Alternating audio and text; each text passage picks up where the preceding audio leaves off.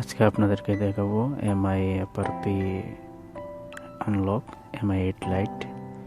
এর মধ্যে FRP আছে, পাসকার প্যাটার্ন লোগো বই লাগেছে। কাস্টমার হার্ড রিসেট করছিল, এখন তার ইমেল সহ কোনো কিছু নাই। দেখেন আমি আপনাদেরকে দেখাই দিছি, পাসওয়ার্ড ফরগেট আসতেছে আর কোনো কিছুই আসে না। তো এখন আমি এটা আনলক করবো। প্রথমে আমরা একটা সিম কার্ড নেব, যেটার মধ্যে পিন লাগানো থাকবে,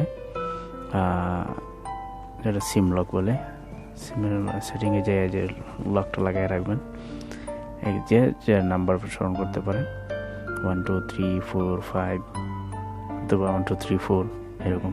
এখন আমি সিমটা খুলবো, মানে রেখে দিচ্ছি। এই দেন ওরে টু সিম কার্ড কাতারে এটার মধ্যে আমি লক করে রাখছি। এখন আমি এটা এই দেখেন লাগানোর পরেই আমার একটা পপ আপ মেসেজ আসতেছে সিম কার্ডের জন্য। এই দেন সিম পিন নাম্বার। তখন আমি 1 2 3 4 দিলাম।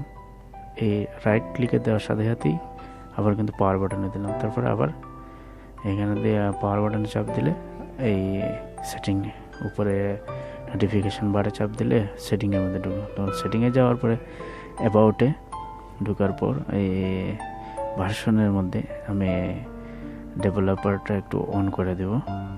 তারপর ডেভেলপার মধ্যে দেখবো ডেভেলপার অন করার পর ভালোভাবে অন হয়েছে কিনা। অন হয়েছে। তারপরে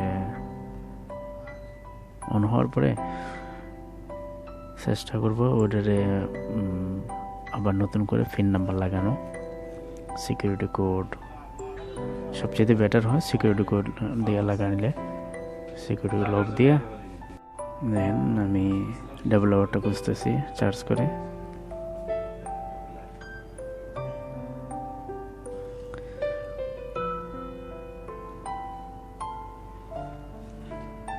তো ডেভেলপার শো করতেছে না। তো আমি এখন কি করবো, এই সেটিং এ যে স্ক্রিনের যে লক আছে সিকিউরিটি লক,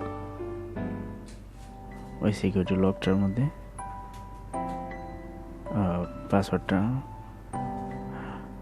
পাসওয়ার্ড আর ফিঙ্গার দুটোটাই মারব। এখানে গুগলেও খুলতেছে, গুগলের মধ্যে এখনো কোনো ইমেল নেই, এখানের মধ্যে কোনো ইমেল নাই, নতুন ইমেলও নেবে না, এই আগের পাসওয়ার্ড খুঁজবে। এখন কি করব, ওইটার মধ্যে আমি পাসওয়ার্ড যে স্ক্রিনের যে লক পাসওয়ার্ড আছে ওইটা লাগাবো। প্রথমে পাসওয়ার্ড লাগিয়ে নেব 1 2 3 4 বা যে নাম্বারই হোক, পিন নাম্বার। একটু ওয়েট করেন।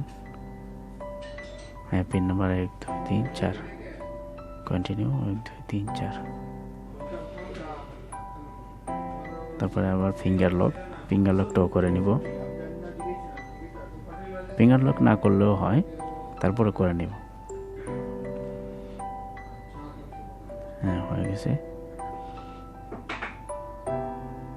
এখন আমি সম্পূর্ণরূপে এগুলো চেক করার পরে আমি আবার ভালো করে দেখে নেব আমার এই লকগুলো ঠিকভাবে হয়েছে কিনা।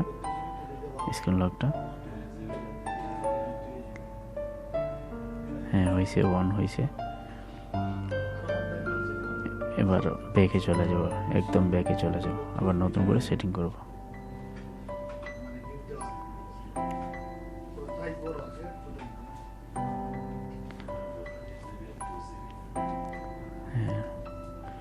আগে কিন্তু আমি প্যাটার্ন লক ছিল, এই প্যাটার্ন লকটা কিন্তু এখন দেখা যাচ্ছে আমি যে পিন নাম্বার দিয়েছিলাম ওই পিন নাম্বারটা দেখা যাচ্ছে। এই পিন নাম্বারটা দেওয়ার পরে এই দেখেন খুলে গেছে। তো একদম সহজ, যারা জানেন। এটার ভার্সন হয়েছে 11 ভার্সন।